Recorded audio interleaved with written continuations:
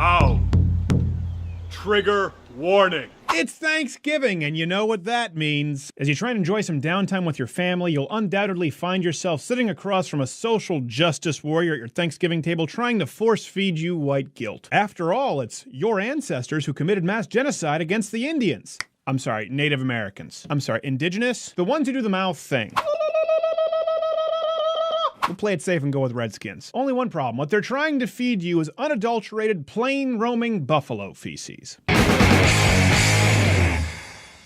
All right, to preface this, yes, there were some heinous crimes committed on behalf of the settlers, Europeans, that are unforgivable, and I've benefited as a result with white privilege, blah, blah, blah, blah, blah, blah, but some of the BS needs to be called out. Civilizations clash. That's happened since the beginning of time. Yes, war sucks, but it doesn't give the right to leftist teachers, social justice warriors to lie about a non-existent horseback culture, peaceful Native American who was taken out by smallpox blankets and painted with colors of the wind. How? So before you dummies hang that dream catcher from your rear view mirror, that's another problem we'll talk about. Are you planning to fall asleep at the wheel? You're a jackass. I don't care if you do have a dream catcher in your car. You fall asleep at the wheel with over 2 tons of steel glass and gasoline behind you. It's going to be a bad dream. No one wakes up from that refreshed. But it's time to put your surgical mask on like Japanese do in the face of SARS, because you're about to smell some sacred cows being burned. Let's debunk some of the most common politically correct Thanksgiving myths. Myth: the Native Americans were a peaceful culture to whom the concept of war was foreign. Fact: many tribes were conquering assholes. Native Americans warred with each other since forever. Sometimes it was over hunting or farming grounds, sometimes it was revenge. But the truth is, the only way settlers were able to conquer this land was with the assistance of Native Americans themselves, who wanted to settle the score with other who they viewed to be more Polish tribes than themselves. You think Cortez took over stuff with 500 conquistadors? No, it was the 50,000 plus Native Americans who'd had it up to here with being enslaved, raped, brutally tortured, and forced to carry gold for the other native Aztecs. Same thing further north. The big strategy of the Europeans wasn't to kill everybody. You give some tribes some fire, water, and boom boom sticks, let them do the dirty work. Here! Have fun!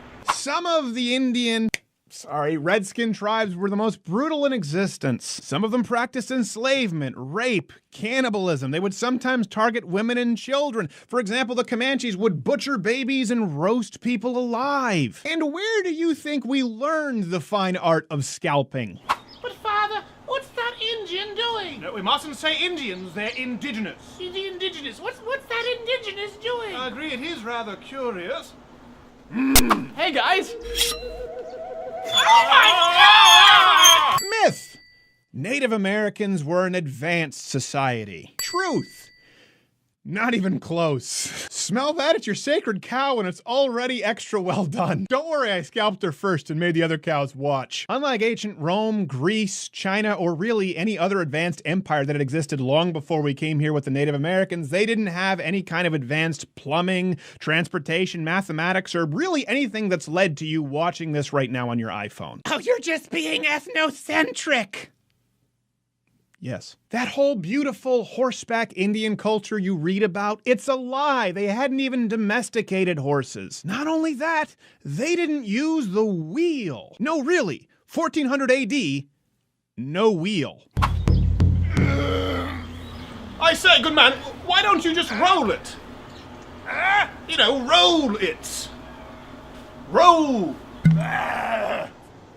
I know this one's not a moral argument. The point is, when you're that far behind, the clash of civilizations is that much worse when the wheel-using New World catches up to you. Myth: the settlers deliberately infected Native Americans with smallpox blankets to wipe them out. Truth: only idiots could believe this. Think about this for a second. You believe that Europeans waged microbial biological warfare years before discovery, mass acceptance, or even acknowledgement of advanced germ theory. Here, father, give them these. They're riddled with germs. What do you mean? What's a germ? Well, they're like microscopic organisms, but you can't see them. You can't see it. Is it magic? Not quite like magic, but... He's a witch, Ben! He's a witch! I'm not a witch! He's definitely a witch, this one. Oh my God! You can search high and low for legitimate historical accounts of smallpox blankets being mass pajamagrammed to peaceful Native Americans, but you won't find it. However, there is some truth to the myth, which brings me to my next point. Myth: Europeans deliberately committed mass genocide, wiping out every last native for sport. Truth. Nope. This brings back in our last point. It is estimated that as high as 95% of Native Americans were actually taken out by diseases. Why? Because Europeans brought with them new diseases to which the natives weren't immune, not only themselves, but with animals with which the Native Americans had had no contact with, because again, they hadn't yet domesticated horses. Again, not judging just because of the lack of advancement as a society. No horses or wheel. No wheel. Sure, there were plenty of bloody, horrendous, unimaginable conflicts that did occur, and when dealing with a more barbaric society and new settlers, generally speaking in warfare, the guys with the boom boom sticks win. This isn't exclusive to America, and it's not all uncommon. But Europeans weren't hell-bent on destroying every single last indigenous person. As a matter of fact, they were encouraged to reach out to them and try and bring them into the culture and convert them to Christianity. Plus, intermarrying was incredibly common. How else do you explain Angelina Jolie, Johnny Depp, Kid Cudi, and even imaginary Elizabeth Warren claiming to be 1/16th Cherokee? She's quite pretty, Father. Yes, she is. Totally, how? She makes me feel warm in my wobbly bits. My bits, too. In summation, killing is bad, but so is milking, misleading, and guilting future generations for crimes they never committed. Yes, Europeans conquered the Native Americans, instituted a constitutional republic, and advanced in a mere couple centuries what Native Americans weren't able to do for thousands of years beforehand. Yes, it was violent, but once contact has been made, you can't go back. If today we never came here, they saw a plane, guess what? It's gonna start some So turn off this smartphone, go enjoy some turkey with your family, and be sure to tell your social justice warrior cousin at the table to shut his mustached, single-origin coffee drinking hole. If that doesn't work, just hand him a smallpox napkin. If you like this video, subscribe. Sure, many of these depictions are not historically accurate. They didn't have Buffalo Trace or 357 Magnums, but here we are!